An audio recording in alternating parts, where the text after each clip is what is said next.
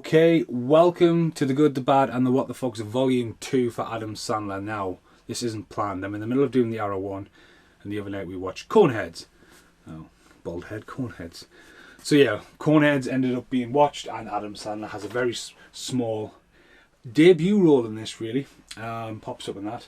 I just remember that in the 90s because that's Dan Aykroyd from Ghostbusters. But when you watch this and you actually see how many people are in this who reappear in Adam Sandler's films, it's class.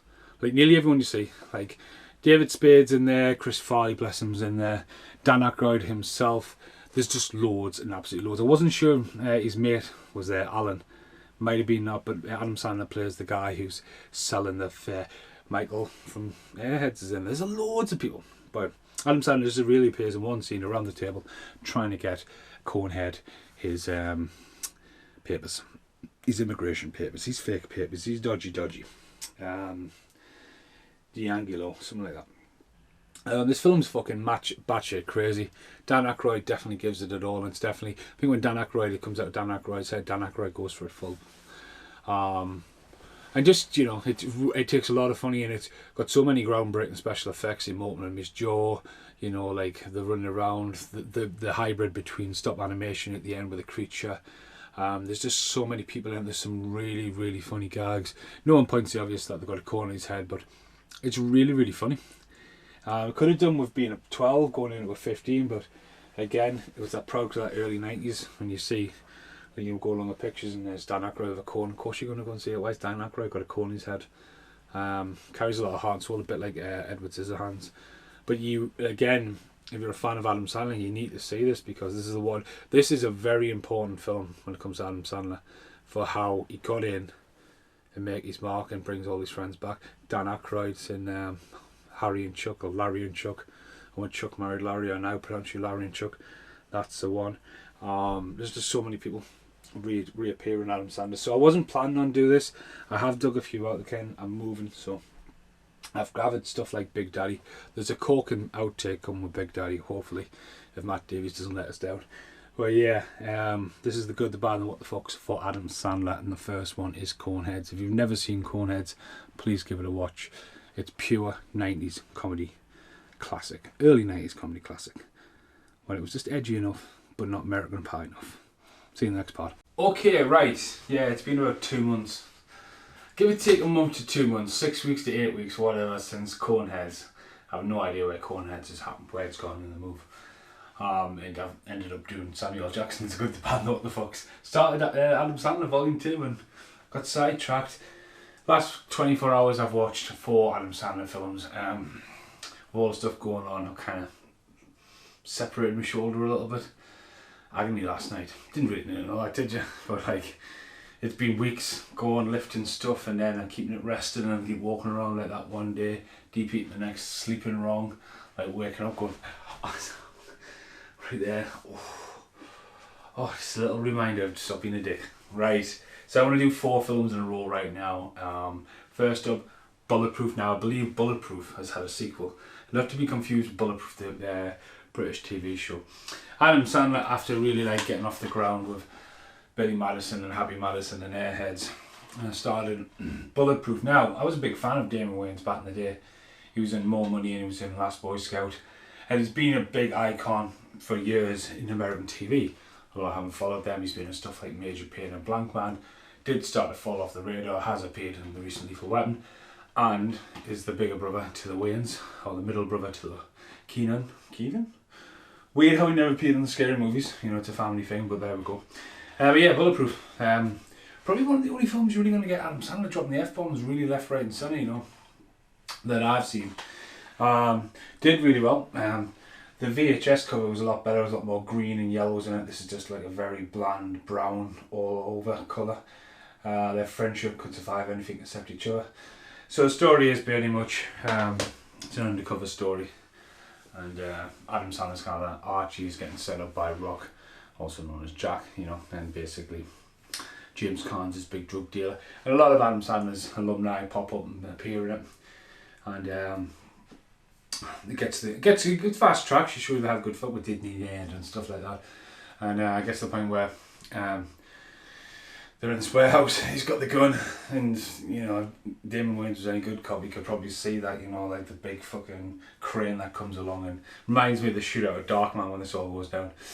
He ends up getting shot in the head, and then din din din din din din din din din, that jingle keeps on fucking playing. It's pretty cool the next time, but it's just like ugh. But yeah, then cuts to later, and Damon Wayans gets on the fast track, and it's a bit messy because Damon Wayans, you know, gets back to walking, falls in love, moves in with a girl. Meanwhile, Adam Sandler hasn't really got far in the desert. Pulled over by the well, he's drunk at the side of the road. But the two reunite, and obviously handcuffed around the toilet. There's a lot of fun and gags. There's like the betrayal, you know. And I think Damon Wayans and Adam Sandler work together well on screen. But for Damon Wayans never to appear in any Adam Sandler films since, it's like that whole Brendan Fraser thing I talked about in the last one. It's a weird one. Did it not work? Did it not click? I enjoyed it. Revisiting it, it says it's good. I mean, it's a universal one. Comes with a few things. Doesn't carry any of the normal directors or producers or all that. So you know, it was just Adam Sandler being shoved in a buddy cop movie almost, and it working for the better part. Again, at the time this hit big. Happy Gilmore was a massive success, and Wedding Singer was not far behind that as well. So you had a nice little hybrid. Revisiting it though, it's got some really funny gags, good friendship things. But you know, it's there. It's not a bad film, but it's not really. I was wanting more. After that, Big Daddy. Now hopefully this Big Daddy outtake already recorded, because if I've got to go in that loft and find the outtake that it's got missing, it's Big Daddy. I'm talking about the poster. So Adam Sandler, Big Daddy, obviously looking after one kid who was actually played by twins, clever casting. Just that idea. At this point he was absolutely rocking and rolling, wasn't he? He's mint in this. I think he's really good. The kid actor's really good. The idea of Rob Schneider being there, as well as the alumni of Adam Sandler popping up all over the place. It's got a lot of heart and a lot of soul in that. I think flows along. It's Dennis Duncan video in it, who's done a lot of he's done a lot of Adam Sandler movies. There's Dennis Duncan, yeah. I think it's one of his better performances. You just want to live in his apartment, don't you? The apartment he's got, it's just like fucking just slap together set. You know, but it's good. There's some really funny gags in it. Steve Buscemi, it's great to see Steve Buscemi in there as well. You know, and especially the bit where he goes down the hill into the lamppost. Rob Schneider as well, being the takeaway guy. It would set up a chain reaction of like, you can spot like a lot of, when you revisit them, especially me being a fan and revisiting these films, and you see Alan Covert in Bulletproof as just one of the detectives, and then you realise he's the fucking caddy in Happy Gilmore. A lot of people recognise Rob Schneider because you can do it, you know. And then Steve Buscemi was already recognisable anyway. But to see the reoccurring characters, that people start to spot and go, oh, that's Steve Buscemi, oh, that's Rob Schneider. And people are like, oh yeah, he's in Adam Sandler films, and you never know the names, but you know, it's like this alumni cast gets bigger. And like going back to the Coneheads thing with Dan Aykroyd, how Dan Aykroyd would come back, Dan Aykroyd was the same. You know what I mean? The groups work together. They may have some disagreements, but like the chemistry's there, and that's sometimes where you'll get one good spark, and it's golden, but it's also explosive behind the scenes. So I think with Adam Sandler and Big Daddy, I think to me personally, it showed you what depth he got as a lovable character. Next one was Waterboy. Waterboy was this one. You know, Adam Sandler not scared to like turn on and that creepy voice he does in this. The Waterboy was really big. Again, I think with Big Daddy, very early on released DVDs. You know, when your first DVDs first came out and stuff like this was available. American football's a massive thing, not over here, but there's some of the gags and it's absolutely brilliant. I think Kathy Bates coming back in a comedy role after such success as Titanic and Misery. It's great to see. There's like Henry Winkler. It's a lot of the alumni of Adam Sandler are a part of the teams, but you get Rob Schneider in this, but there's no Steve Buscemi. It's always like spot them. You're looking out for everything and smaller things, but this spawned you can do it, and also for a 12, rip his fucking head off comes from that as well, which would obviously it appears throughout, and I'm sure Adam Sandler reappears in Animal as that character, saying the same kind of thing. There's a mini funny thing, but what the fuck was that? Mini funny thing bits in it. The Big Show's in it as well. again, just the whole. I mean, that to me, that away from Big Daddy was a very serious film. This is just like a concept. Alright, the Adam Sandler, you're in this, you're the Waterboy, but you're fucking great at football. But like, everyone's terrified of you in case you lose your rage, and then he's having that battle thing with his mum, and his mum's always cooking weird shit. Henry Wilton is in this as well, and you know, it was hit big because at this point Adam Sandler was huge, it didn't matter. It's the same spike as Jim Carrey. Once Jim Carrey hit big, it didn't matter what Jim Carrey did. Jim Carrey had a film at the summer, you would go and see it. And that's where the Waterboy to me personally, it's not a good film, so I would put, if you're going to like Good, the Bad and What the Fucks, it's probably the bad category for me, even though Waterboy is the first one up on IMDb of Adam Sandler's. I mean, not that people have control of IMDb. I mean, I looked at mine the other day, I was like, what? Anyway, you know, fucking shit happens. Last one this morning, it's not a really Adam Sandler one, but this is what's funny about Adam Sandler. Happy Madison. Zookeeper. He's technically in it because he's the voice of the monkey, probably the famous monkey. He's got more IMDb credits than me. PG, I don't know how that looks away PG. Sylvester Stallone, Cher, you know, John Fanu, there's loads of people in here. Kevin Hart as well. Kevin Hart and Adam Sandler will become great alumni. Again, you know what I mean, going that whole comedy thing, they got together, they hit it off, and I don't know how many films have been in together now. Chuck and Larry in the last one, but Kevin Hart, you know, he's had a great run of comedies, and then in this one he sort of plays the zookeeper, and yes, it is spun off the bit of the Nightly Museum Dr. Dolittle. The last one is absolutely stunning, isn't she? The what do I pronounce here? Rosanna Dawson, Rose Dawson, whatever you want to call it. But the idea of like him not knowing, him basically getting like the girl said no to him at the start of the movie, and it takes the animals to go, right, now you're not doing it, and like the animals can always talk, and there's some really funny bits, and the synchronization is a good word. It's good for the animals as well, and it's there's a big montage of them singing at the end. You're like, what the fuck? It's Adam Sandler singing with Cher and Sylvester Stallone, and that's saying, what the fuck? So some really funny gags and a lot of physical gags. As I said, I mean, it's worth a watch. It is a what the fuck movie though, you know, like he's and animals talking together, so yeah. So that's 5, we're corn heads so far. As I say, it's just filling content now, if I'm honest with you. It's getting hot in here. This new house is so fucking hot.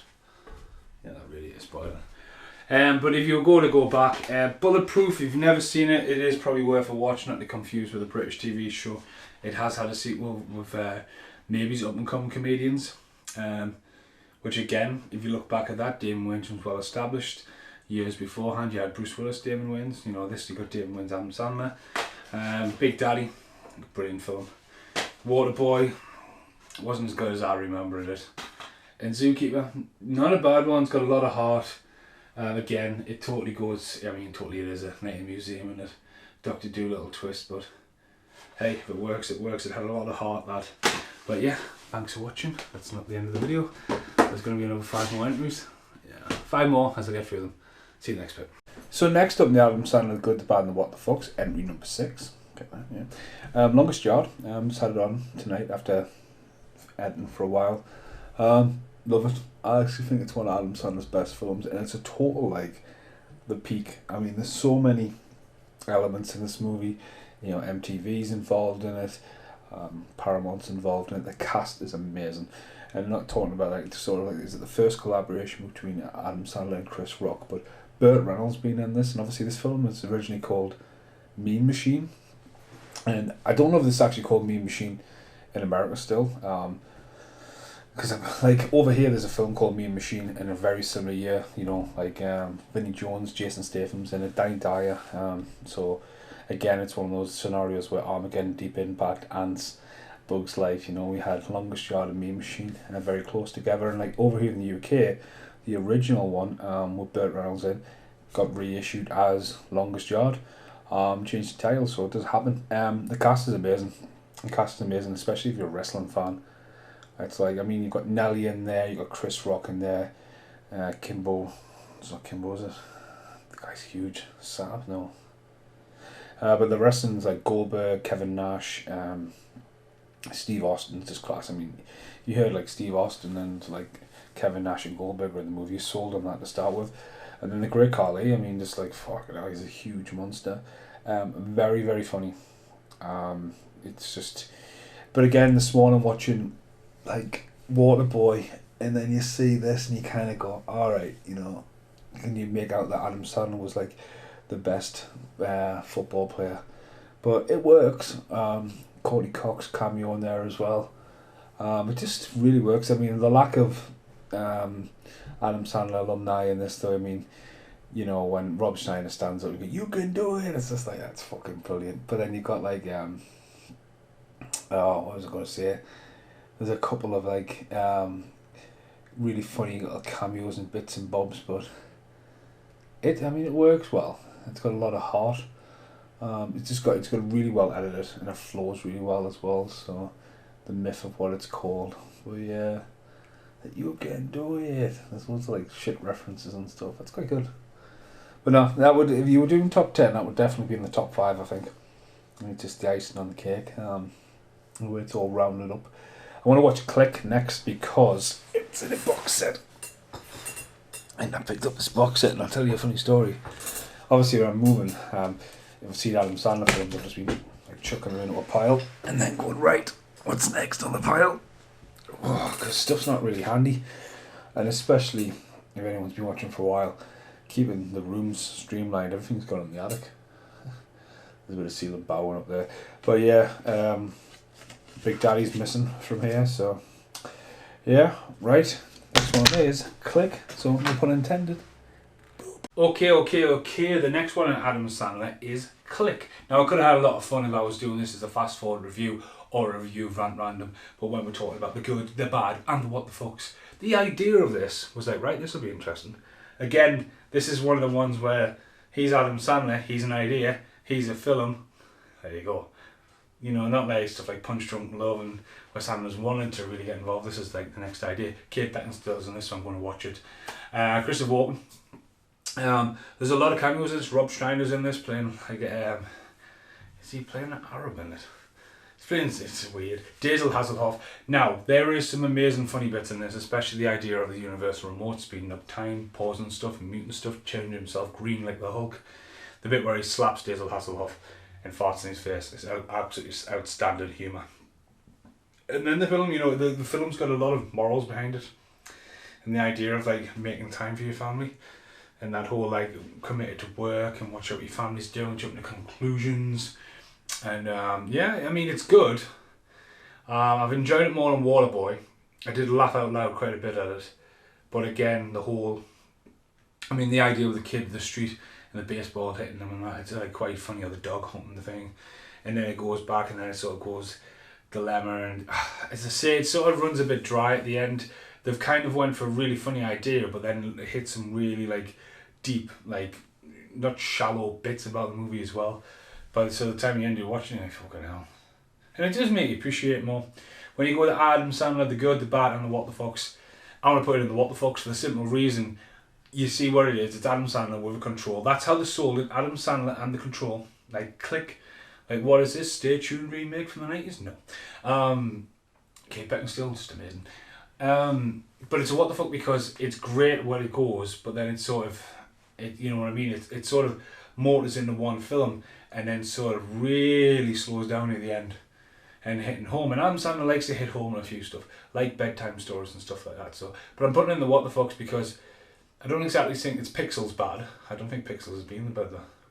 See, I watched Bedtime Stories and Pixels before I did the first volume, so I'm always going to think that they're in fucking volume 1, but they're not.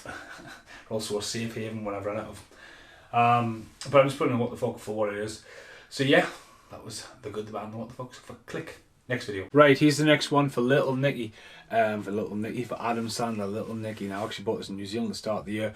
I will apologise. Brit's on the phone to her parents. Next door, I live right next door to Retro Gamer. He's doing a live podcast. Probably hear him. You can probably hear me now. Watched Little Nicky the other night. It's been a while since I've seen it. And what an all-star cast. What an all-star cast. Yeah. Hello, guys. I like it. Adam Sandler playing that Waterboy thing again, where he's playing like down on his luck. He's got all his alumni friends in there. I think Alan Covet is brilliant in this. Rob Schneider popping up and that, absolutely brilliant. Loads of big jokes, loads of fucking good gags, really outstandingly funny. Been discontinued for ages though as well. Fuck, I don't know. It sounds like there's an army next door.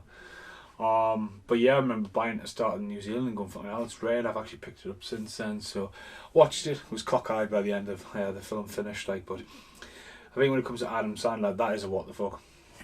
Again, you put Adam Sandler, and that's when he's rolling. That's when he was golden as well, because you know what I mean. He takes you got Harvey Keitel and there, Quentin Tarantino making appearances and stuff, and believe the hype, because that's the hype that was going down there.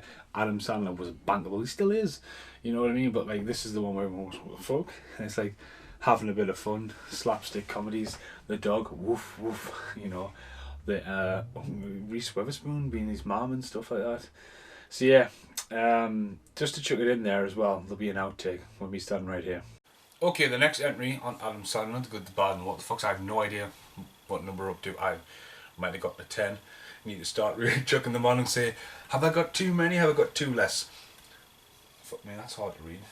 Right, so going Overboard. This has been on the watch pile for about 15 years. No shit, no lies. I've had this a very, very long time, and all I've ever heard is bad about it. Now, this is a Hollywood DVD, so Hollywood DVD was a very early company when DVD first booted off in the UK.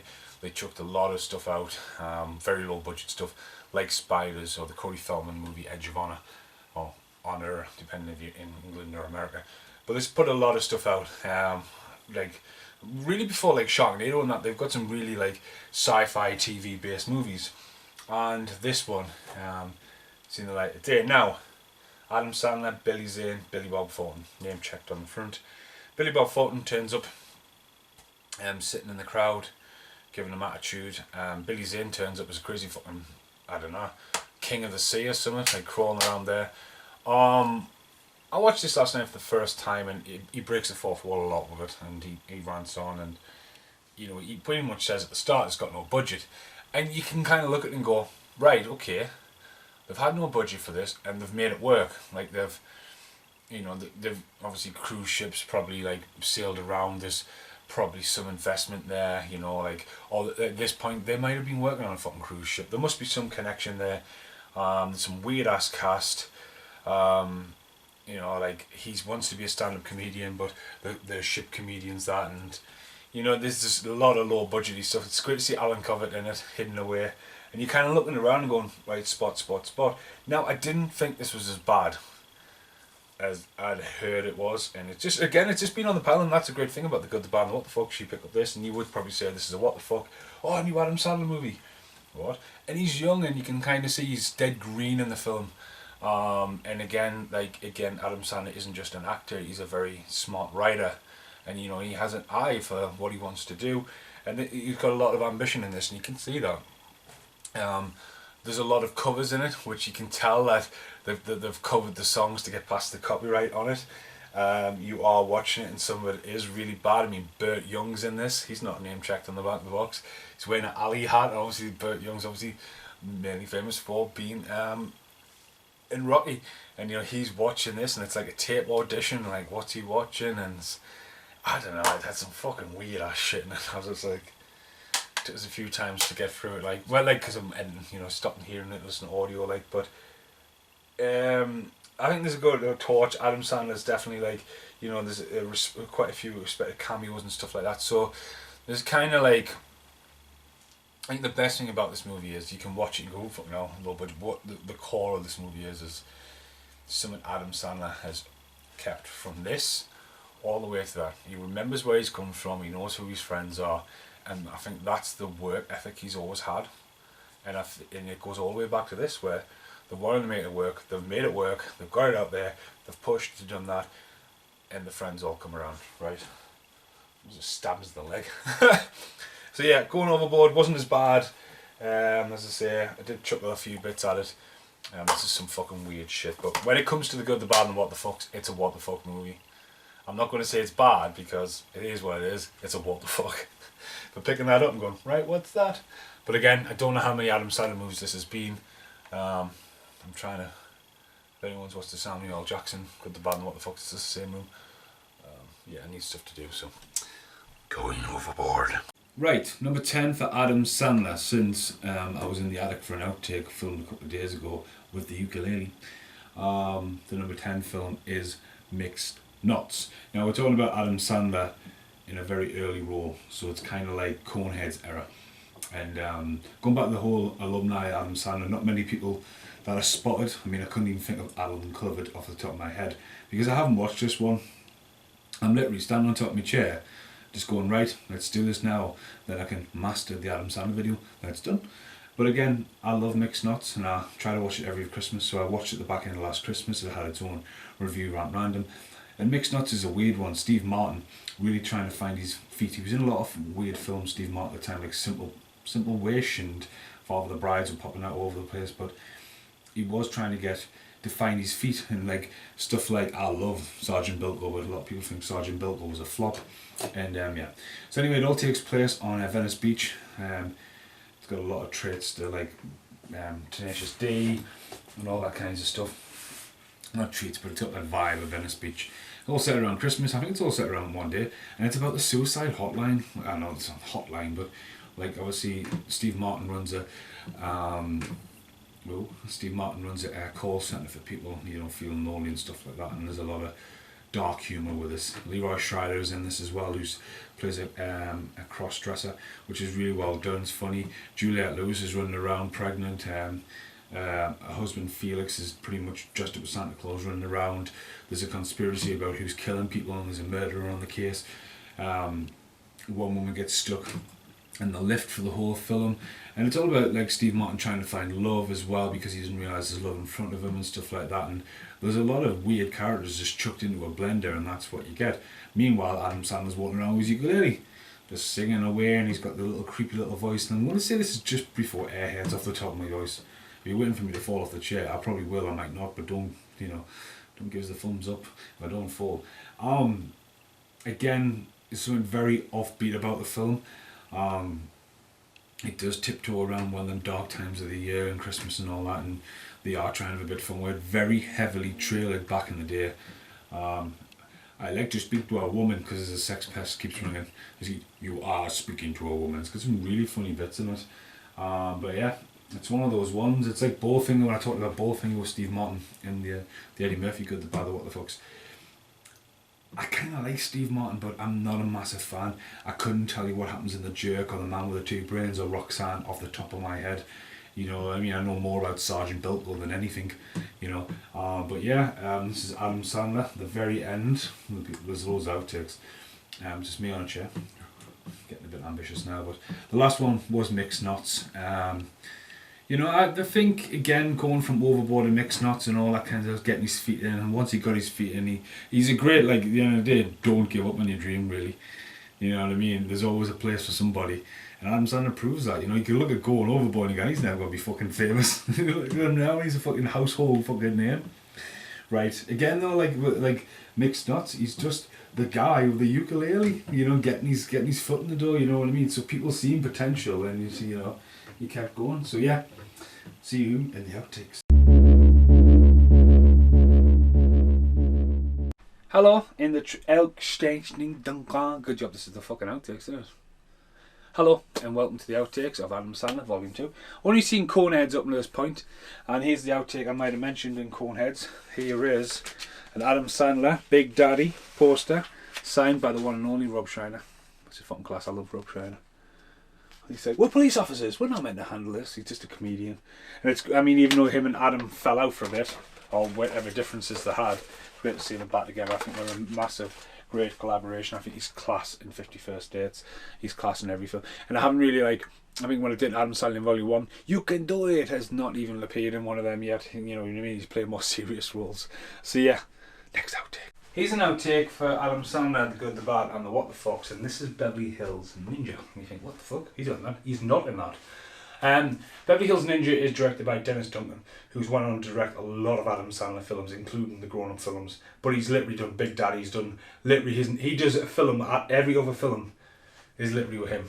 And he's a great guy, director, and one of the most important things about this, Chris Rock's in it.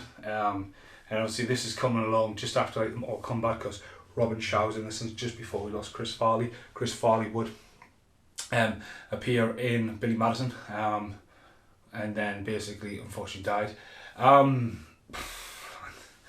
Watching it back, no disrespect to Chris Farley. I mean, Chris Farley's in the Cornhead, so there's a connection to Adam Sandler and Airheads as well.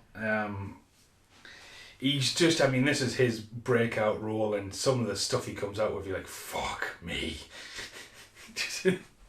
The story's outlandish.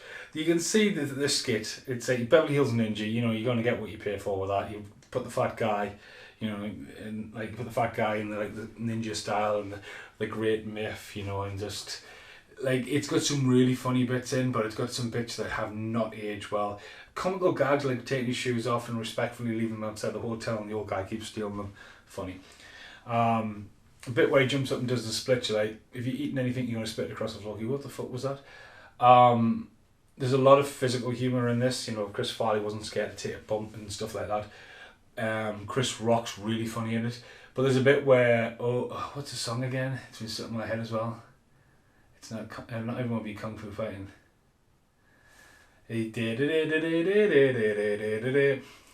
Oh, I'm terrible. I've got no tune. And Chris Farley's just swinging on his fucking massive pine tree after he fucking weirdly climbs it, and then flies across the screen. You're like, what the fuck? Then Chris Rock goes and does it. It's like, what the fuck? But yeah, it hasn't aged well. I had fun memories of it, but it hasn't aged well, and I was thought, right, it'd be quite cool to put this in the outtakes for Adam Sandler. As I say, Adam Sandler might have been almost offered the role, do you know what I mean? But the whole idea of like, this is where the link to Chris Rock comes and stuff like that as well, I think as well. So yeah, probably see you in the next outtake. So here in the outtake, the other night, I started watching Problem Child, which is sitting there on Big Wax VHS. Actually happens to be a sample one. So yeah, it's pretty cool to have a sample version. Directed by Dennis Duncan, right? So Dennis Duncan's popped up a few times, so I'm talking about Adam Sandler. With him and Adam Sandler, just pally. After I watched Little Nicky, I watched Benchwarmers. And I recently seen Benchwarmers 2 last year, or this year. I watched Benchwarmers 2 in lockdown. Wasn't as good as the first one, but rewatching the first one, directed by Dennis Duncan, and this is in between, like, you know what I mean, after Big Daddy and all that, and Rob Schneider's taking the helm. You've got a Subaru Impreza outside. Who else is in it? It's David Spade, John Lovett, John Herner. Again, really funny comedy, A Heart of Gold and all that, but you think about Dennis Duncan directing it, and you kind of think, like, that's the one you in the 90s you would go to the picture and go, oh, bloody hell, look at them, and you would go and see it. Yeah, it was on there and available there, but I was just shocked that it was a Dennis Duncan film. He keeps following us around this week, even though it's not Adam Sandler. I've seen quite a few films with Dennis Duncan, so this could be Dennis Duncan Volume 1, but I like Benchwarmers. But the second one, I remembered having some quite funny bits about Jeff and who's Jeff's baby, and Chris Klein's in it as well. But yeah, see you next outtake. Outtake for Adam Sandler Volume 2. Nick Snot with ukulele. Lives in the attic now, so no more Tetris playing. Next outtake. I keep saying next outtake, so this is the very end of Adam Sandler Volume 2. So yeah, it's done. No more outtakes. Goodbye for now.